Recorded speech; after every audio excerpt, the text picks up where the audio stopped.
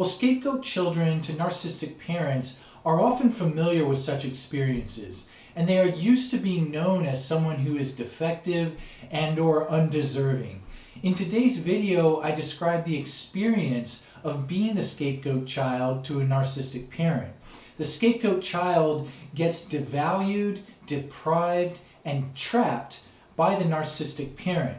The net impact is to prevent the child from growing and developing. I specialize in helping people recover from narcissistic abuse. Narcissistic abuse can leave us feeling lost and estranged from our sense of who we are. In individual therapy and through my online course on recovery from narcissistic abuse, I try to offer a map that allows survivors to come back to the quality of life that they know they deserve. And there are 3 features on this map that I call the 3 pillars to recovery. Pillar number 1 involves making sense of what happened so that you know it wasn't your fault. Pillar number 2 is gaining distance from the narcissistic abuser, whether that's psychological, emotional, or physical distance at times.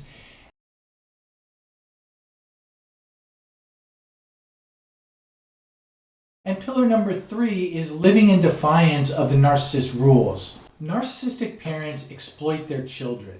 A narcissistic parent has an unconscious sense of being worth less than others. They cannot stand these feelings, and they cope by denying these feelings while insisting that they're worth more than others. In a family headed by a narcissistic parent, the children are often going to get exploited. Some, like the golden child, are used to promote that parent's inflated yet fragile sense of self-worth. The parent's logic goes, I am superior because my child reflects who I am. And once upon a time, I myself, even in the family, took on a substantive role as that golden child.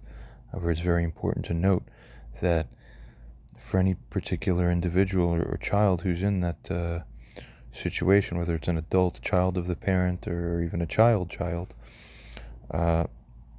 the roles can change, and technically at any moment in time, a child can go from being designated as the golden child and treated that way to being switched and treated as the scapegoat child, depending on whether or not they're fulfilling the expected role properly. So it's all conditional in a narcissistic family dynamic. There's no unconditional love. It's all conditional. Others, like the scapegoat child, are used to suffer that parent's self-hatred. The parent's logic goes, I am superior because my child does not reflect who I am. The narcissistic parent pressures the scapegoat child and the golden child to agree with the treatment they are getting. A golden child must participate in a mutual admiration society with the parent or else. Jessica would sort of check out in such moments. She did not like seeing her brother treated this way. He seemed to be a good person to her, yet she felt something very strong pulling her to agree with her mother.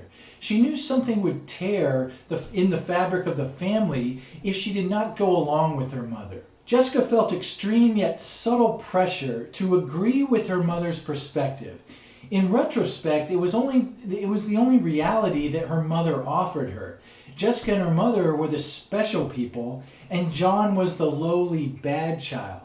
So for her to question this arrangement would be to occupy a different reality than her mother, and that would have just been too psychologically dangerous for any child to do. Similarly, in my own family, everything was essentially manifest as nothing more than an attempt to control the frame regarding what one's perceived role is supposed to be. Are you the bad one? Oh yes, you're the bad one. So first understand that you're bad, accept that you're bad, and that's the sicko framing, which is sick. All right. In addition, technically within the home dynamic, I'll even offer this and say that not only is it the case that where there's other siblings, you could have one sibling who's a designated golden child at any moment in time, and the other one or more may be scapegoats, and these roles may switch. But where there's an only child situation, and the home consists of the mother and her one son, and then a live-in boyfriend, the real strange thing is that the live-in boyfriend himself takes on the apparent qualities and designation of a golden child, so to speak. So, for example, my mom's second marriage, or, well, who knows really how many marriages there were. There's a funny story for you. But in a previous marriage that she had with a man named Zbigniew, by some certain point in that relationship, when I was in the home growing up, I was the clear golden child, and Zbigniew was the scapegoat problem person. So basically, I could do no wrong, and that guy could do no right. And no matter what he did, it was just a matter of time before he would end up getting more of the problem attribution. Now, these may have not been necessarily deserved things in reality. However, in the newer relationship, is inverted and backwards. So somehow, this Marek guy is able to give better brainwashing programming to this Barbara, so that he or she believes he's like the golden one, so the son has to be bad. No, no, no. It's all mind control, frame control. You people don't see nothing clearly. This much is true and obvious. The scapegoat child also has to conform to the narcissistic parent's reality. This child embodies the narcissistic parent's intolerable feelings of inadequacy.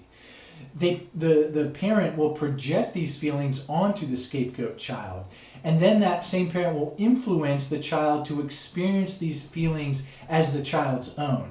So the child feels like the worthless one because there is no other way to be in the parent's reality. John, you're sick. John, you're bipolar disorder. Are you schizophrenic? You don't make sense. You're nasty. You're not nice. You don't do this nice. You don't do that. You're violent. You're bad. Threatening to kill. See, the frame control never ends. Or the attempts at it, I should say, because in actuality, not for 1 second is it even possible for me to buy or accept these things genuinely. So it's actually very pathetic, very bad attempts at frame control. It will never work, you see. The consequence for the scapegoat child's development can be severe. 3 ways the narcissistic parent interrupts the scapegoat child's growth. The scapegoat child is deprived, devalued, and trapped by the narcissistic parent. First, I'll talk about deprivation of emotional nourishment. Deprivation of emotional nourishment. In order to grow, all children need to feel encouraged and attended to by their parent. This lets the child know that the child continues to exist even when they're showing their increasing capacities. Children with good enough parents feel a sense of continuity with themselves as they grow and expand in their lives. They get to enjoy the feelings of power that come along with growth without sacrificing connection to others or having to worry about others' connections to them. The scapegoat child finds nobody around when that child seeks recognition and affirmation for their growth. That's exactly right. That's exactly right. That perfectly describes my childhood and growing up experience. 100%. I'll tie this in and expand on this part a little more too, coming up soon, regarding the failures of both my mom to secure a proper interaction dynamic with me, and a double problem. Not only she failed to grant the proper yin parent dynamic, but with my father, my actual biological father, out of my life, she also failed to do the other duty, which is to bring in an appropriate male figure to give the good yang masculine nourishment. She brought in a defective male to basically bully me and abuse me emotionally, psychologically in my own home for years, from my age of 12 or 13, during the most critical years. There's a double problem. Only hell for these people. And without these responses, the scapegoat child can feel like they don't have the necessary support they need to grow. Instead of getting to enjoy their development, the scapegoat child can feel more lonely and unloved. And there's a prominent psychoanalyst named James Masterson And he calls this experience the abandonment depression. But Masterson describes how children of narcissistic parents can feel worse when they try to demonstrate their capabilities. These children were painfully deprived of the parental responsiveness needed to support their growth, and as a result, expressions of competence by themselves later in life can feel similarly painful. And this holds true to this very day. It's the same thing. It's literally the same thing. To this day, I have my competence questioned, insulted, and, basically attacked every fucking possible moment. Everything I do, no matter how super high level expertise it is, it fucking ends up, oh no, oh no, oh no, not no. Either high man with high refined mind is genius, or you think you could just trample on anyone? See, the sickness never ends. He coped by feeling dissociated from himself and seeing his abilities as fraudulent. And this can be a consequence of the emotional deprivation faced by the scapegoat child to the narcissistic parent. The second way the narcissistic parent interrupts the scapegoat child's growth is by devaluation. The narcissistic parent perceives and treats the scapegoat child, again, to be worth less than everyone else in the family. The scapegoat child has to believe in their devalued status in order to share reality with the family. This arrangement lets the parent feel better than the child by comparison. For I even remember during one particular day a few years ago when my mom's boyfriend came down here without my permission to stick a camera in my face, record me, verbally abuse me before he would come back later to try to physically assault me, knocking down my grandfather and perpetuating a felony in this house, as was described in an earlier portion in these recordings. I forgot to actually mention this particular part. As he was doing all this, somewhere in the middle of this abuse where he's telling me, oh, I wish you were dead, or I would leave you here to die, or whatever the hell else. And all in the middle of this, he steps back and he comments and he says, go see a psychologist. It's all about the frame control. It's all about, we need you to accept your role that we are trying to ascribe to you. We frame you as being incompetent or defective. Admit it, submit, and bow to us that yes, you are defective. It will never happen. The fucking arrogance. Come to my house while you're abusing me, you tell me that I'm the one who needs the fucking psychologist. You're fucking broken ass half to death, you piece of shit, you fucking piece of shit. You're the fucking piece of shit who's missing a psych, obviously, and fuck you, and die. And such devaluation can leave the child feeling defective. If the scapegoat child is convinced that they're defective, then what is the point to growing and expanding, becoming an even bigger defective person? This is one of the tragic consequences for the scapegoat child. And no one seems to cause the one in my mother's position here to realize these things until it's too late. And the third way the narcissistic parent can interrupt the scapegoat child's growth is by trapping the scapegoat child in the narcissistic system. The scapegoat child's valued relationships threaten the narcissistic parent. If the scapegoat child finds friendships and relationships that they value and with whom they feel valued, then they may feel less deserving of the narcissistic parent's devaluation. The child can only absorb the parent's cast-off feelings of inadequacy to the extent that the child feels that they deserve those feelings of the parent's inadequacy. Thank God I never feel this way. So a child's good relationships are often going to be in the narcissistic parent's crosshairs, or it's going to be a target.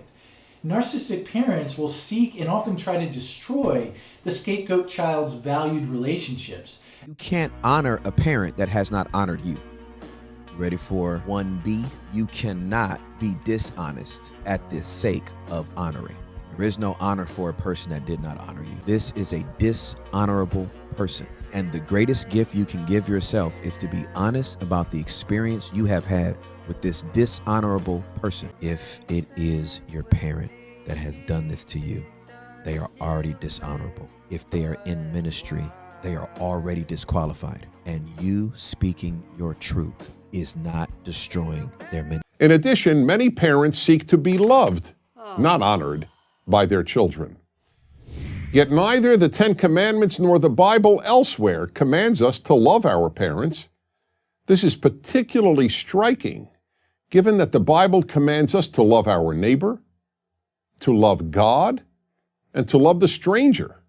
The Bible understands that there will always be individuals who, for whatever reason, do not love a parent. Therefore, it does not demand what may be psychologically or emotionally impossible. And here's the important thing to realize, where love, in the biblical sense and in the practical sense, is equated with the giving of grace. Here's the important thing to realize. If parents are the only class of people in the entire society that we are not commanded to love, what this translates into in the practical sense, and this is very, very important, it's that parents, as those kinds of authority that they are actually the only people in the world who we are not obligated to give grace to. See, there's two things. There's grace, and then there's strict liability, strict accounting. But it's parents who are supposed to love their children, in that it's parents who are supposed to be easy and flexible and gracious with children. Children are not obligated to let the parents slide. Grace means to let it slide and to be flexibly accepting, oh, it's okay, it's okay. No. Therefore, the commandment to honor is inconsistent with any supposed commandment or expectation to love, which would mean to give grace, which would mean to be flexible and easy, such that when the parent fails to be honorable, we have a strict duty. We're not even allowed to do the thing that would be quote-unquote loving, because love is not the appropriate mode. We're not expected to give grace to the parent. This is what you people need to open up your eyes to. This ties in perfectly to the situation where I use as an example. I say, imagine there's a priest giving a sermon. One of the parishioners runs up to the priest and punches him in the face. That's pretty scandalous. It's a scandal. But guess what? How much worse is it if the priest comes down in the middle of his sermon, suddenly jumps into the crowd and targets one of the members and punches him in the face? That's much worse. So in which one of those two is more grace appropriate? Is it appropriate to be relatively more gracious to the crazy guy who ran to punch up the priest? Maybe, oh, poor guy, he was crazy, yada yada. What about the guy who's the priest? No, because it's such a deep violation for him to break from the position of honor that he gets no soft, easy, gracious treatment. As the only position where it's by strict merit, like that person has to suffer. It has to be the worst punishment for him.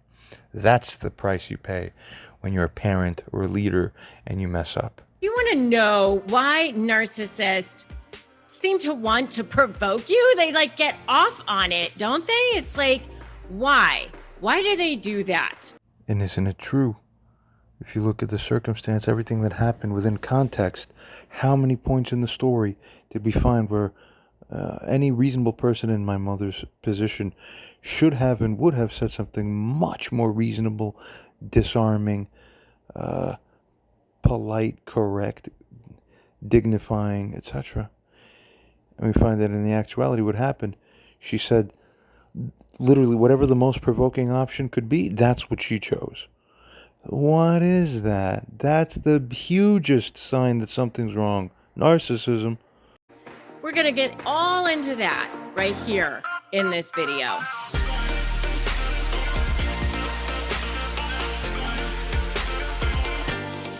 Hey, so I'm Rebecca Zung. I am a lawyer. I'm also a narcissist negotiation expert. I've written a couple of best-selling books. And what I do here is I teach you how to manage, deal with, and negotiate with narcissists. So if that sounds good to you, make sure you hit that subscribe button, hit that notification bell, and that way you'll get notified. All right, let's talk about narcissists. Okay, so right, the world revolves around them. Do you remember like the old poem or whatever it is, the Toddler's Creed? If I touched it, it's mine. If I looked at it, it's mine. If it's mine, it's mine. If it's yours, it's mine. If I was playing with it and I put it down and I want to go pick it back up later, then it's definitely still mine. That's kind of how they are, right? I remember my whole life being bought toys by my mom. Every now and then she'd bring home some toys. We'd go to the store, we'd buy something. These are my things. Oh, I'm so happy.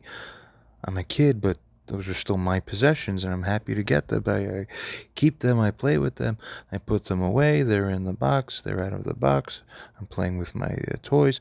And then all of a sudden, one day, magically, they all just disappeared. Nobody told me anything or asked me anything. I'm getting more toys, other toys. Before long, maybe a few months or a year, they just disappear again. I never threw them out. I never wanted to part ways with them. No one ever came up to me and asked me, hey, do you want to give up your toys or give them away? Now, it doesn't matter how I feel. The fucking supreme God of the universe here just decides unilaterally that my toys are going to be taken from me. I didn't do anything wrong. It wasn't a behavioral issue. They're just gone. My things aren't even mine. My room wasn't even mine. When I grew up as a teenager, I didn't get to put up anything, that I wanted of mine, posters or whatever. What's yours is mine. What's mine is mine. If I want it, it's mine. Everything's mine anyway. That's the sickness. Exactly. She's right. That is cluster B personality type disorder. Because they, something happened with them when they were toddlers or maybe even a little bit older. Something happened in their childhood that caused them to think that the world is not a safe place, to think that the world is a place where they have to survive, where if they survive or if somebody else survives and they can't, they have a very, very fragile sense of self. And so when you're going to negotiate with them, it's really important to understand why they are trying to provoke you, and especially in situations where you are negotiating with them, because it's like mind-blowing sometimes. Yeah. After several days of not talking in late September, early October of this past year, to then pose or show, okay, we're going to be sitting down together to resolve the issue. And she calls me 12:30 on Sunday, October 9th. And when I pick up the phone, obviously, a normal person, if you want to be call because you want to bow your head and repent and atone or otherwise negotiate, what the hell is that? Why are you picking more provocation? Oh, why are you talking to me like this? That's not normal. It's a fucking drasnyanya on purpose. That's a psycho scorpion bullshit. Die. And you find yourself in these situations, sense of self. And so when you're going to negotiate with them, it's really important to understand why they are trying to provoke you, and especially in situations where you are negotiating with them, because it's like mind-blowing sometimes. And you find yourself in these situations where your brain is just going, wondering, what are they going to do next? Who are they talking to? What's happening? All this sort of stuff, because you're trying to figure out where are they going? Where are they going? Where are they going with this? Where are they going with this? And I'm just going to tell you what a fundamental problem is when you're negotiating with narcissists. The fundamental flaw in the reasonable person way of thinking is that the narcissist is trying to also come to a resolution. So you find yourself saying to yourself, well, where are they going with this? What is it that they want? I'll just give it to them. And that's a fundamental flaw, because it all comes down to narcissistic supply. That's what it always comes back to with narcissists. And if you want to know more about narcissistic supply, definitely check out my video on that topic. I've kind of come up with this hierarchy, and that is that narcissists they want everything that can feed their ego, of course. They're like supply whores. They're literally like the junkyard dogs looking for food. They're foraging for food. And wherever it is that they can get it, they'll take it. Yeah, I remember one time even when Sarah started getting to know my mom. At first, Sarah was as respectful as possible that she could be, but eventually it all came apart. When she had to watch my mom one day become very disrespectful to me, eventually Sarah couldn't help but to just start taking my side a lot more strongly because it was happening in front of her eyes. And we're arguing in front of my mom, and my mom is acting real nasty, and we're like, why the hell are you doing this? What the hell's wrong with you? And she's like, oh, you did not show me respect when I came down here. And we're like, what are you talking about? How the hell did we fail to, what are you making up? And my mom literally said this. She said, I never heard anything like this in my life. Without losing a beat, she was like, you did not bring me a chair. As soon as she said that, my mind blew, and I looked at Sarah, and her mouth dropped, and we were both just like, "What are you talking about? You never have there's never a chair here. There's no precedence that you ever have a chair. What are you talking about? You don't come here and sit anyway.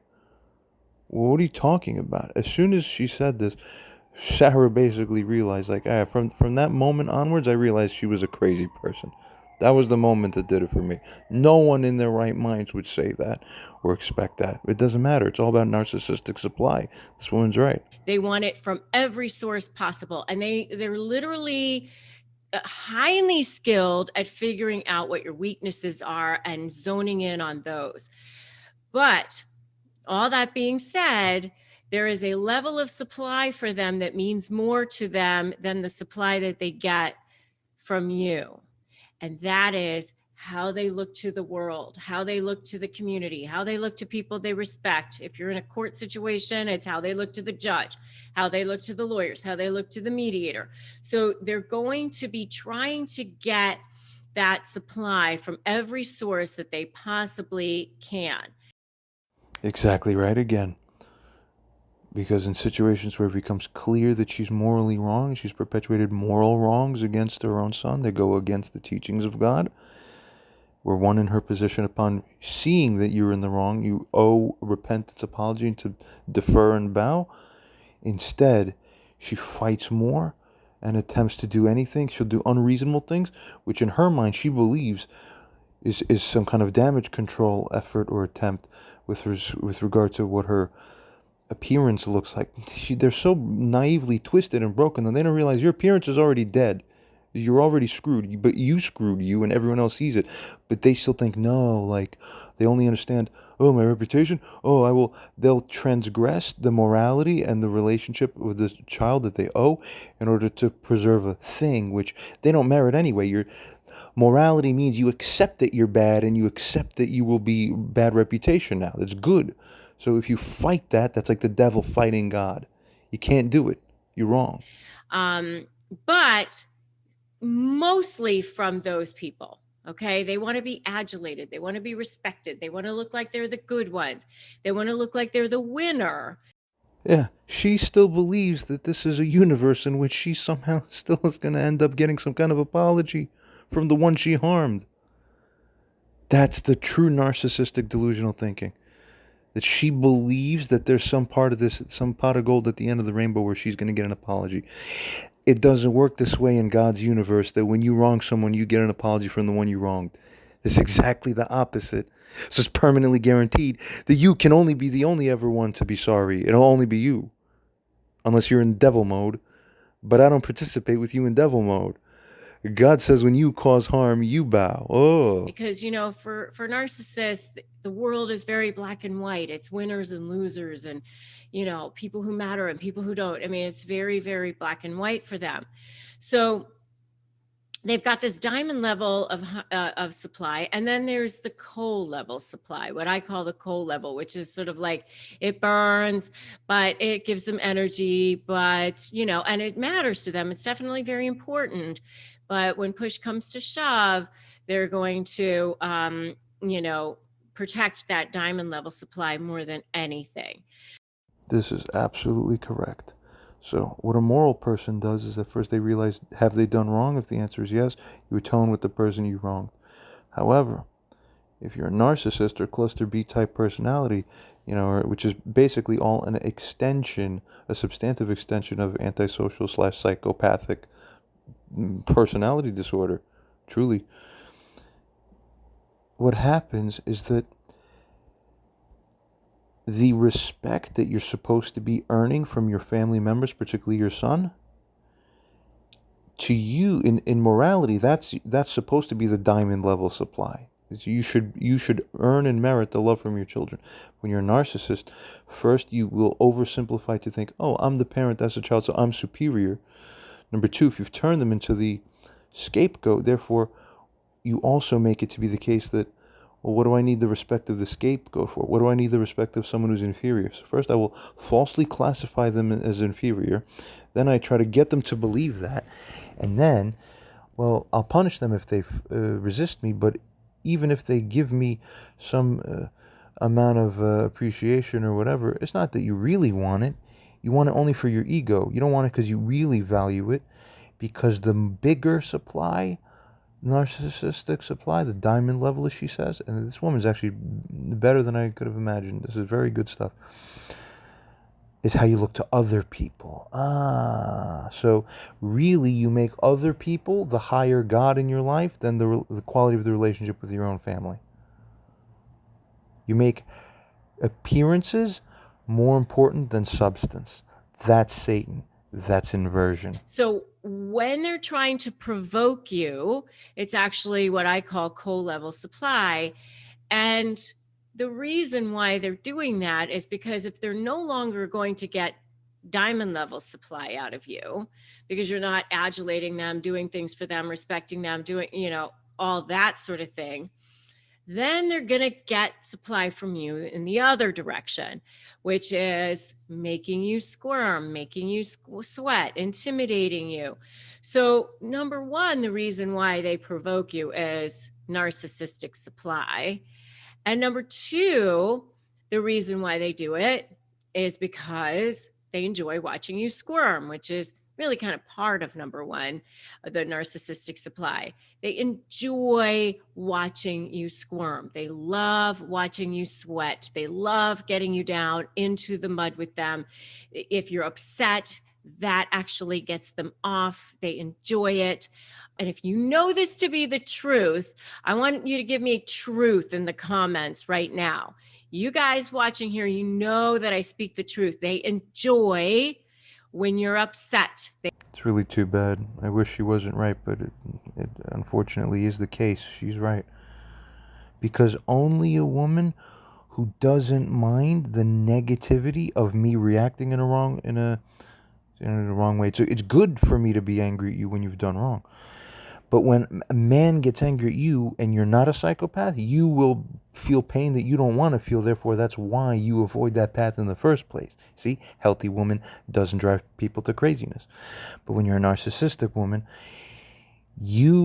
exactly like she said, it must be only because you don't mind the pain. To you, it's not pain. To you, it's engagement of your electrical stimulation in your brain that you convert into support to whatever you want, which is the sickness. So you need some fucking help, huh? Sick. They like that. So that's part of the reason that they enjoy provoking you. That's what I'm talking about, that toddler mentality. They're like children, right? So they enjoy it. It's funny. The other reason why they do it is because they get attention. They don't like it when the attention is not on them. So they like to provoke you because then they get attention. So they do that in the most inopportune times, like, at vacations or holidays or gift giving. And if you want to know more about narcissistic gift giving, definitely check out my video on red flags of gift giving. Then like you definitely are with a narcissist. Yeah, that's right. In fact, what comes to mind now is, before things really got terrible between myself, my mom, and her boyfriend, that the things got ripped apart, where it was still the case that on occasion we'd still find ourselves in the same car together, which now has been for already many years have passed since then, but a few years. But I remember a very strange phenomenon. So I know my mom. My mom is mom to me. Okay. But the weird thing is that anytime we get into the car and we're sitting now, my mom's boyfriend's the driver, mom's in the passenger seat, I'm in the back, we're all talking. The crazy thing is that all of a sudden my mom just completely changes personality. And she becomes like some kind of like Kim Kardashian type, like complete change of personality, becomes this total narcissist. I remember sitting in the back a few times going, what the hell is that? Why does my mom turn into a different person every time we sit down next to her boyfriend and we're in the car together? What the fuck is that?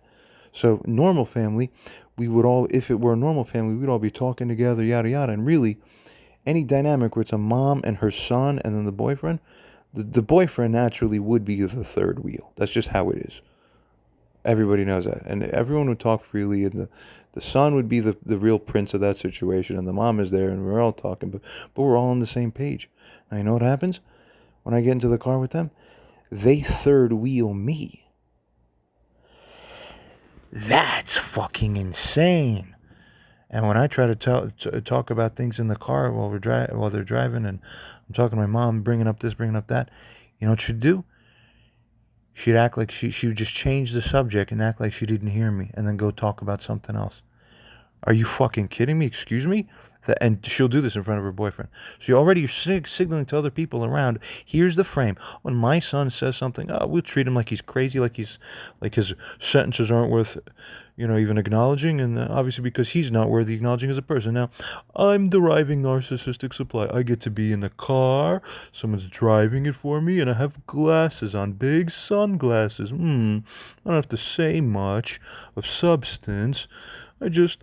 Here's my glam moment now. I see for what it is. It's real fucking weird and sick. That's sick.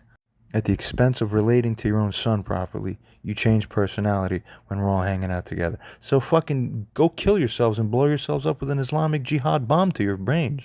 But they ruin holidays. They do all these sorts of things because then they get that attention back. They don't like when the attention is on someone else. They also enjoy making you jealous because, again, that makes you squirm, that provokes you. They enjoy lining up their flying monkeys because they want you to feel isolated. They want you to feel alone. They want you to feel like there's something wrong with you, or like you're the only one who thinks a certain way, which is something they like to say, by the way. And definitely check out my video on that, narcissist favorite sayings, but that's definitely one of them. You're the only one who thinks this way, or everyone else thinks blah, blah, blah, because they're trying to make you think like you've been beaten, that they've won. They want you to squirm. They want you to feel intimidated. They want you to feel scared. And so these are all the reasons why they love to provoke you. It's really all a method of control. They want to control you. They want to you to still be in their web. And so if they sense that you're pulling away from that web, they're going to find ways to keep you engaged in there one way or another. And one of the ways that they can do that is definitely provoking you. If it's your first time seeing my face or hearing my voice, I'm a diagnosed narcissist, and it's my platform on social media to raise awareness for NPD, get more people into therapy like myself, 5 years strong, and to also validate the victims, survivors, and the thrivers of said disorder. Today's episode is going to be answering the question, why does a narcissist or toxic person ignore you? Why do they ignore you? Why? I know a lot of people get that, the silent treatment, the silent treatment, stonewalling, whatever. So here's a few of the reasons why a narcissistic person will ignore you. Number one, you disrespected them. Of course, it's the simplest way. The simplest way to get a narcissistic person to annoy you is to disrespect them. But here's the kicker. I know what y'all gonna say, but Lee, everybody will ignore you when they get disrespected. But here's the kicker about narcissists and toxic people: is they, first of all, they typically won't even tell you. Well, not typically. Sometimes they won't even tell you why they feel disrespected. And secondly, they like you won't even like they won't even tell you, and it could be the most minor thing. Disrespect from a narcissistic person typically perceives any type of small criticism, any type of disagreement, any type of thing like that. You did not bring me a chair. To use that as a fucking reason to not treat your son properly and lovingly. Not the chair in front of my girlfriend to fucking disrespect me. Sick. As disrespect. So disrespect will get you ignored. Disrespect will get you ignored by the narcissistic person. It just will. But of course, here's a deeper trap, which is something that this guy doesn't explicitly mention as fully. The narcissist will perceive it as a disrespect. In actuality, what's happening is that the narcissist generated the first original disrespect within the interaction or conversation, which they themselves don't perceive as being a disrespect. Why? Because they're narcissists, so they only understand offenses that come to them. They're not conscious of offenses they generate out towards other people. So what's actually happening is that they gave a stupefiedly, maybe unconsciously, or I don't know how that's possible if you're an adult in this world, you give an offense to the other person, and it's something that you've already done before. So the victim reacts with indignation, but instead of realizing that it's indignation, which is a cue for you to stop, you have a psychopathic, narcissistic type mind, so you don't stop. So then what happens next? Naturally, the rebuke comes. It's rebuke, which is correct, morally correct rebuke, but to you, it looks like disrespect, and that's where your own mind begins to justify further abuse and offense. It's all about twisting the narrative because you're actually morally colorblind. You're morally colorblind. You know what I mean? It just will. Another reason a narcissistic person will ignore you is they're just done with you. They're tired of you. They're over you. You know what I mean? They have emotionally discarded you. And this typically is in an intimate relationship, but it could be a friendship. It could be, a work relationship and things like that. It doesn't have to be an intimate relationship, but typically it is. You know what I mean? So with it being an intimate relationship, when they emotionally discard you, some of them will not physically discard you, but they'll emotionally get rid of you. You know what I mean? They'll emotionally discard you, get rid of you and things like that. So but they'll keep you there. Just because they emotionally discard you doesn't mean that they will physically get rid of you. They'll just ignore you. When they started ignoring you during the emotional discard stage, lack of affection, lack of attention, lack of lack of the bare minimum. They'll start giving you less than the bare minimum treatment and behaviors and things like that. They'll start treating you like you're less than, which is typically how it goes when you're dealing with narcissists and toxic people. You mean? So once they are done with you, they're tired of you, over you, here comes the ignoring. Like if you have kids with them, it can get worse because they'll ignore the kids too. It's not just you that gets the ignoring, it's the kids and things like that too. And they can add in the disrespect from the kids or whatever too. Go back to step one and add in it can apply to children as well, because they feel like their kids disrespect them in any way. They'll ignore their kids and things like that as well. My mom and her boyfriend are both narcissists. When a boyfriend's brought into the home when I'm 13 years old, do you think it's normal to not speak to me when I'm the kid? Only a narcissist has the psychopathic fucking capability to do this. No other human could do this. They'd feel so uncomfortable, they'd kill themselves first before they would allow themselves to ignore it. The ignoring would be more uncomfortable than killing themselves. You get it? Another reason why a narcissist or a toxic person will ignore you is to regain control. They feel like they've lost control over the situation. They've lost control over the relationship dynamic, whatever the relationship is. Again, it doesn't have to be an intimate relationship. It could be work related, it could be school related, it could be parenting related, child related, whatever. But they feel like they've lost control over the situation and things like that. So here they come ignoring you, because ignoring you, typically when they ignore you, they're trying to get you to notice them.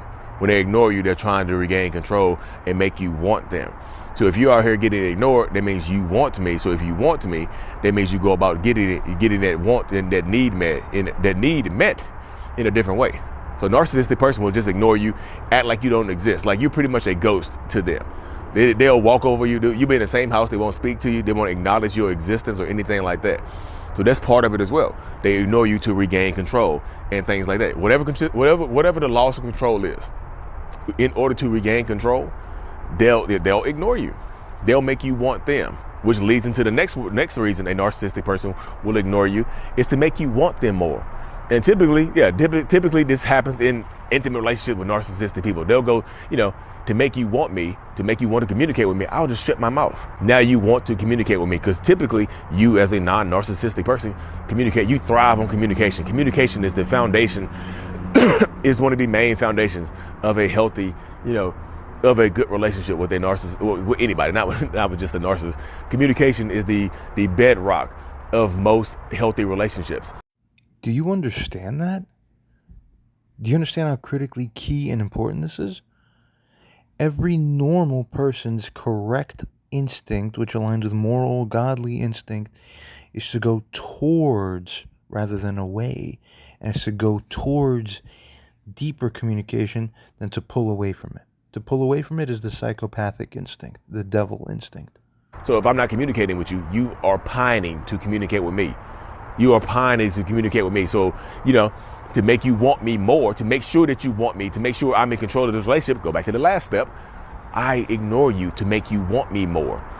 And I know people are going to ask, like, well, Lee, that sounds like it's pre-planned. Like, it sounds like it's pre-planned. So it's pre-planned on a subconscious level. I don't think I'm just sitting here writing it down like I'm going to ignore my wife to make her want me. Subconsciously, that's what I'm doing, though. I'm just like, I just have a very, very good way of articulating my thoughts and putting them onto video, which is, why I'm good at what I do right now. You know what I mean? So in this dynamic and whatnot. So that's what I do. I can articulate my thoughts. Another reason why a narcissistic person will ignore you is to, just to make you feel bad about yourself, to take away your power, to devalue you, to make you feel like you're not worth my words, you're not worth my attention, you're not worth anything from me. This exactly here describes my mother's course of action against me, which is sick and sinful and unjust. This right here exactly describes it, as if it's her attempt to frame control to me that I'm not being spoken to because I did something wrong such that I deserve such treatment. That's not actually correct in a godly paradigm. That's why you open up Satan's book, if there is such a thing. You'd find this in there. If you open up God's book, it doesn't say how to do this. That's because his opposite operation. Oops, you fucked up. You're not deserving of me at all. So that happens quite a bit in these toxic relationships. Well, they will do this. Like I said, it's just not intimate relationships. It could be the kids. It could be your co-workers. It could be your friends. Whatever. It makes you feel like you're less than. Like you're not worth my time. You're not worth my effort. You're not worth my energy. You're not worth my attention or anything like that. You're not worth my attention span. So that is possible as well, y'all. They could be ignoring you because of just to make you feel bad about yourself, just to take away your strength. Again, go back to it. Control. They want to regain control. They want to punish you for whatever they did. And that's what a narcissist would never understand about how normal thinking, normal instinct people work. If a normal woman's son was screaming like crazy in the building because of something she said, which is the provocation, which of course invites the bullshit response, which is difficult too, but it's natural, that woman would start having extreme empathy and compassion. No, not my son is screaming. No, I can't be hurting him like that. No. Oh, John, please stop. No, I love you. My son. None of that happens. The only thing a narcissist can program is, he's screaming so loud. What will other people think? I cannot be associated that I have anything to do with this. That is my fault. So therefore I have to show outwardly that it's not my fault. So I'll do this by calling the police so people will see that I disapprove of this. So I control against. I look better. That's all the snake mind understands. Sick. Hell is for you. Whereas a normal mother would have salvaged that relationship with her son in 5 seconds by running downstairs, crying, saying I'm sorry, hugging him, and they're okay. In 10 minutes, everything's fine. The narcissistic mother takes the opposite course of action, which harms the relationship, and she thinks it's better for her position and her ego and her status. It's not really. That's the problem with the narcissist. They're actually colorblind. They think what they're doing makes sense. They don't realize it doesn't because they're neurologically damaged. Whoa. And like I said, this punishment phase can also kind of dig into it can also dig into you trying to hold them accountable. So if you're trying to hold me accountable, I need to devalue you. I need to punish you and things like that. So it's Wow, that's exactly right. Just like that. If we're actually trying to correctly hold you, the wrongdoer, accountable, your narcissist cluster B psychopath instinct is the only one in existence on earth that will make you try to reverse it. Sick. devalues you in a way like it doesn't. You don't even have to be holding this person accountable. You could be at you could be graduating. You could be celebrating something. You could be happy-go-lucky. You could be, graduating from college. You can be getting a promotion from work.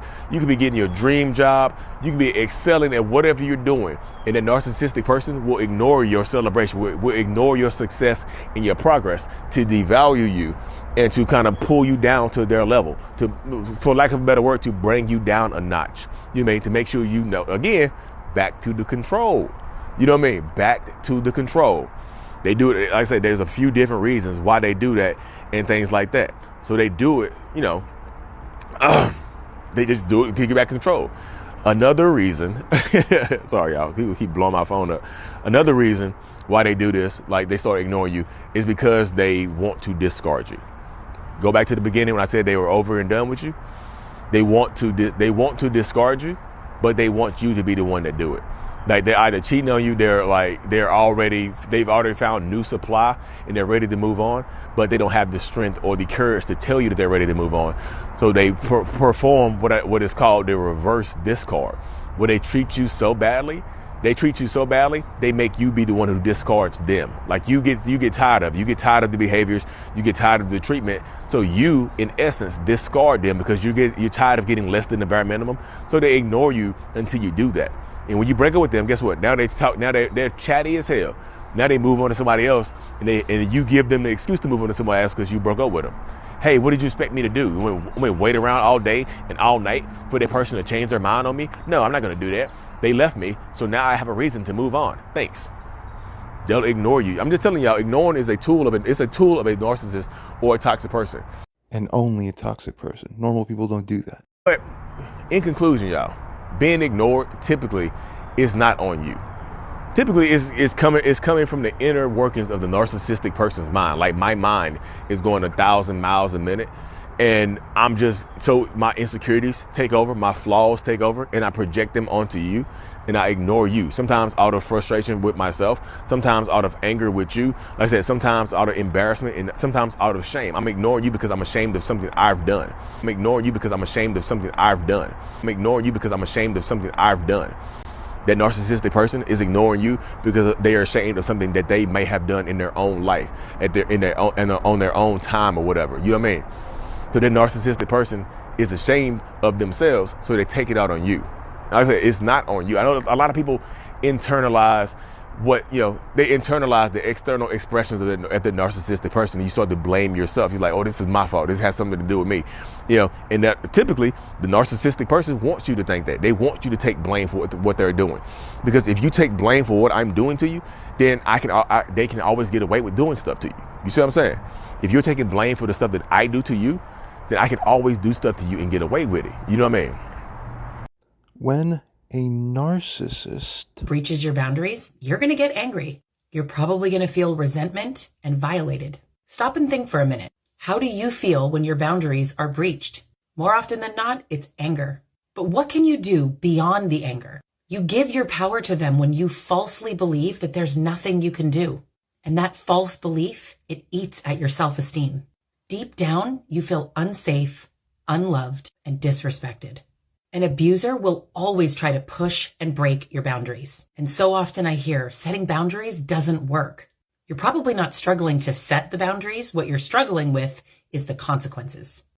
You can't just use your key and come into my house whenever you want. You can't just come in and take my passports, do whatever you want. You don't just come in here, move my things around, do this, do that, take my toys when I'm a kid, whatever you want. That's the narcissist's definitive problem. They don't, by instinct, they're the only class of human being, is a cluster B type personality. They don't understand or have instinctive regard for the rights of others, for the boundaries of others. It's sick. This is sickness. But you are in full control of the consequences. And thus the righteous godly principle. It needs to hurt them to fuck up. A boundary without consequences is just a speed bump for narcissists. You see, you hear a lot of talk and you hear a lot of people on social media, on different platforms talking about boundaries. And they say so many times, like, you need to set a boundary, you need to have a boundary with the narcissist and all these type of things. But a lot of times they forget and they don't talk about the consequences. They don't talk about the idea of you set a boundary, and then that boundary is directly linked to a consequence. What happens when you're with a narcissist, whether you're with a toxic person, and you set a boundary and they break through it, and there's no consequence, or the consequence is dissolved, really, then they're going to keep doing that. And they're going to start realizing over a period of time that all your boundaries are just small challenges to be broken.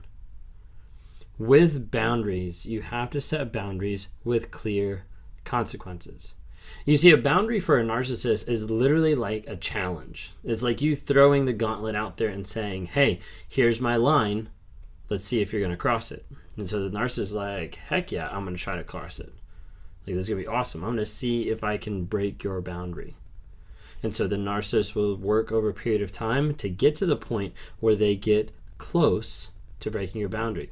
They'll come right up to that line. They'll be right at the edge. Then they'll step over and step back. And they'll step over and step back. Then they'll just blow right through it. Because you didn't do anything. You didn't have a consequence. And so many times I talk to different people. And I remember one appointment I was talking to someone and they told me that they had a boundary. That if the narcissist cheated, that they were going to leave. And I was like, so did he cheat? And they were like, yes, he did. I was like, well, why are you still with him? Because they didn't follow through. They didn't have the consequence that accompanied the boundary. And as a result, the narcissist will keep blowing through boundaries just like their speed bumps, and they won't stop them at all. They'll just keep going. Now, with boundaries, it's really important that you specify what those boundaries are and that you also have a consequence tied to it.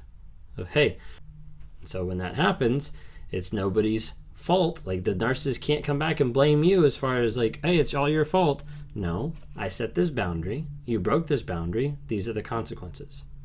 Only the mind of a narcissist, by their fundamental dysfunction, are not capable of operating in a way where they understand this intuitively.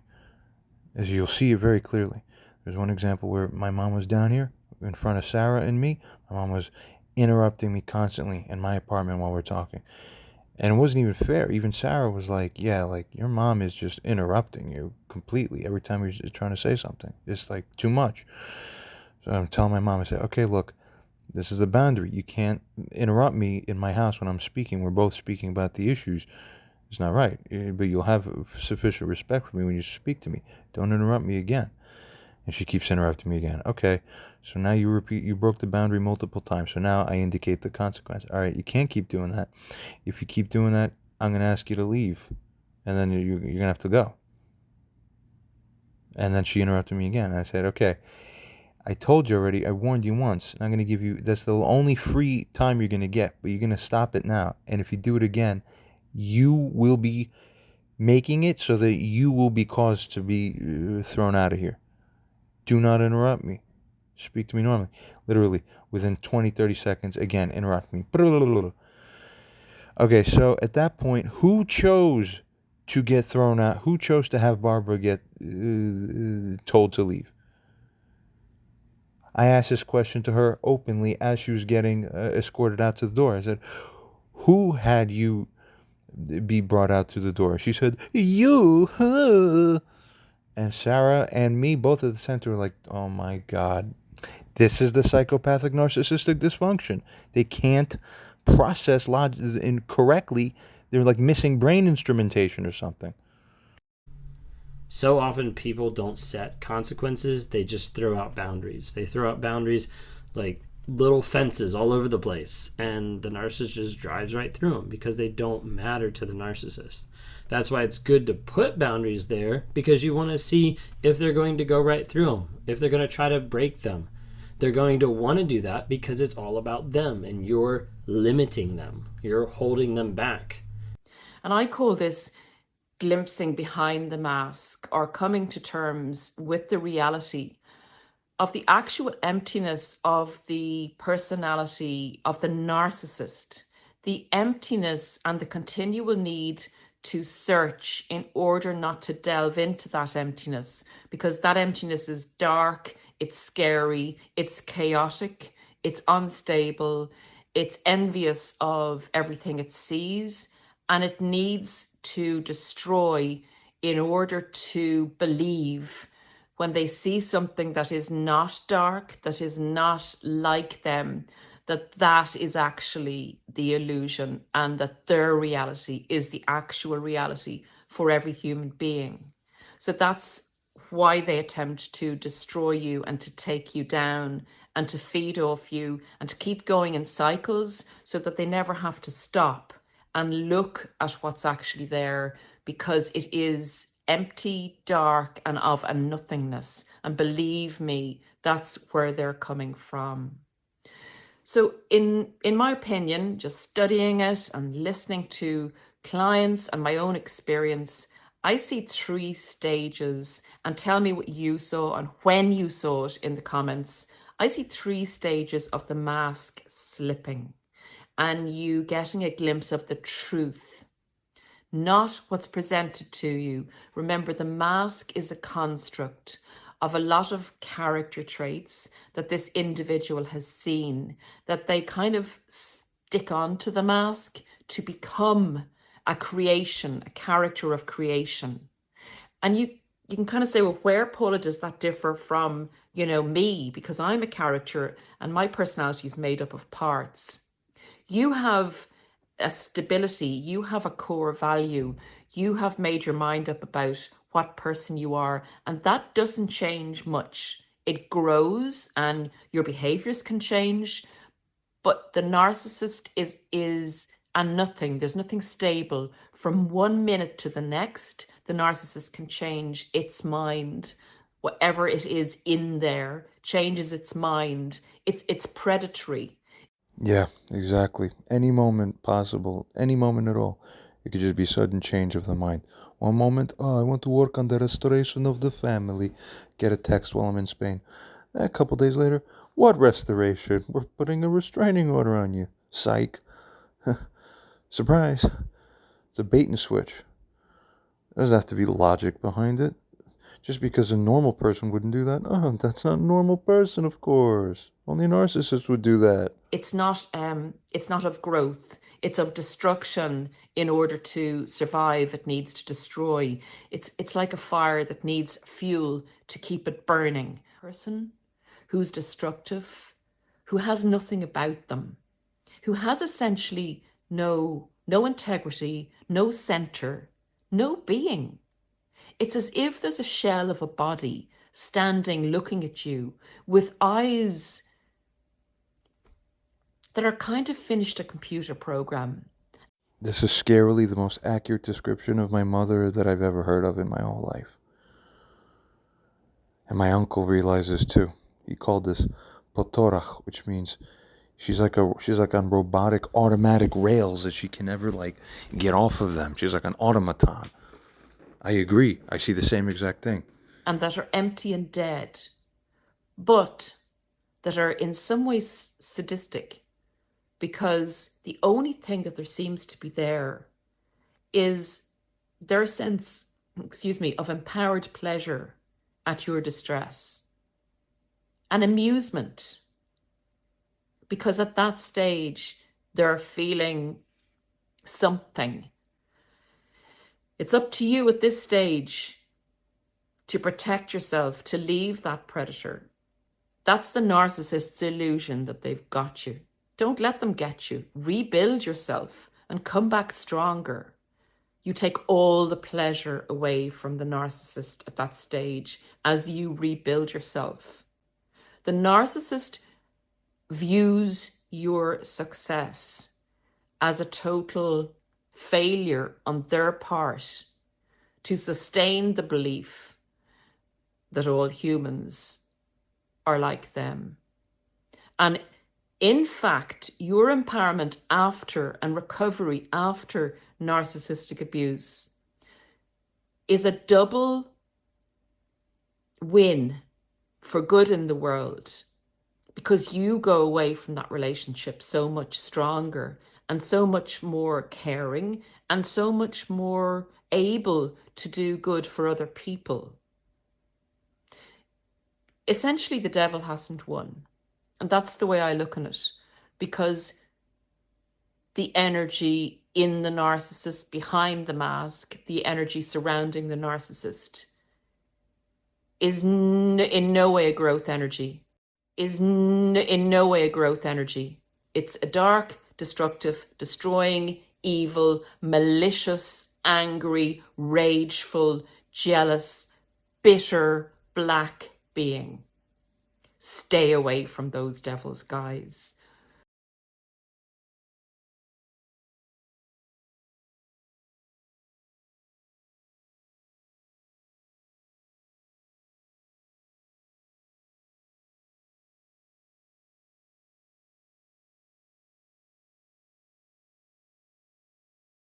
Antisocial personality disorder, sometimes called sociopathy or psychopathy, a psychopath. It is a mental health condition in which a person consistently shows no regard for right and wrong. Ah, I see. And ignores the rights and feelings of others. Aha!